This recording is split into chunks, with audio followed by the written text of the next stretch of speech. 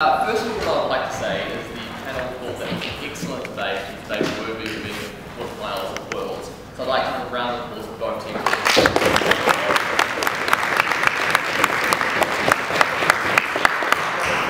In terms of the decision of the debate, it was a unanimous decision, so I'm going to go through the reasoning of the panel in terms of how we made our decision.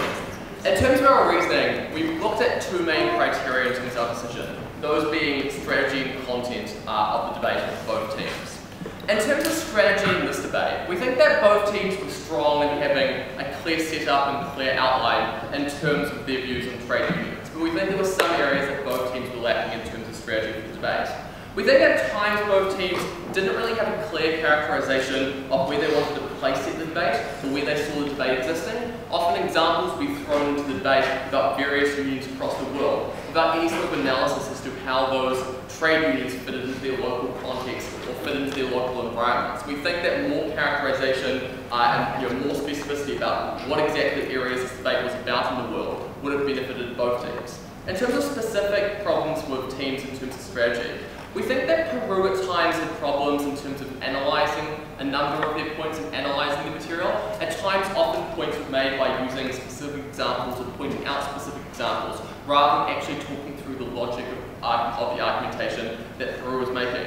Second, we think at times Peru had a tendency to point out specific examples of harms that happened in unions in the past, without explaining why that indicated a general trend for unions to commit those sort of activities or commit those sort of harms. We think that those points often need to be developed more and explained more as a general trend in order to have more weight in the debate.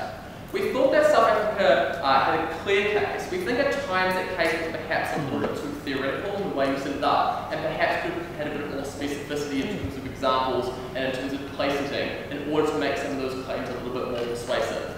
Overall though, we felt that Peru's issues in terms of strategy were a little bit more systematic in terms of the case and a little bit more harmful. So we felt like South Africa gained a little bit of gain on strategy.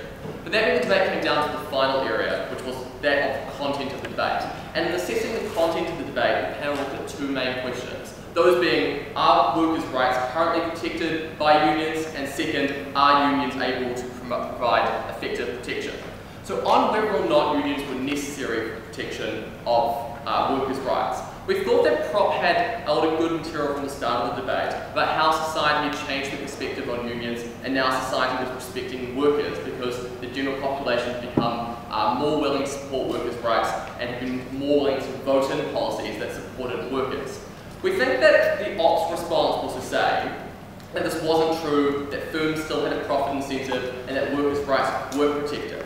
We felt that as the debate went on, the ops case was able to evolve, particularly on that point of public pressure, and that they were able to demonstrate that even if the public pressure means that certain laws are put in place for workers' rights, those laws aren't necessarily comprehensive enough to ensure that workers have an optimal outcome, that unions can be a tool in order to ensure that workers do have an optimal outcome overall. So we felt like that the OP were able to prove that there was still some place for unions if those unions were able to be effective in the way they organised themselves to protect workers' rights. That meant the debate came down to the second question, which was, are unions able to provide that effective protection?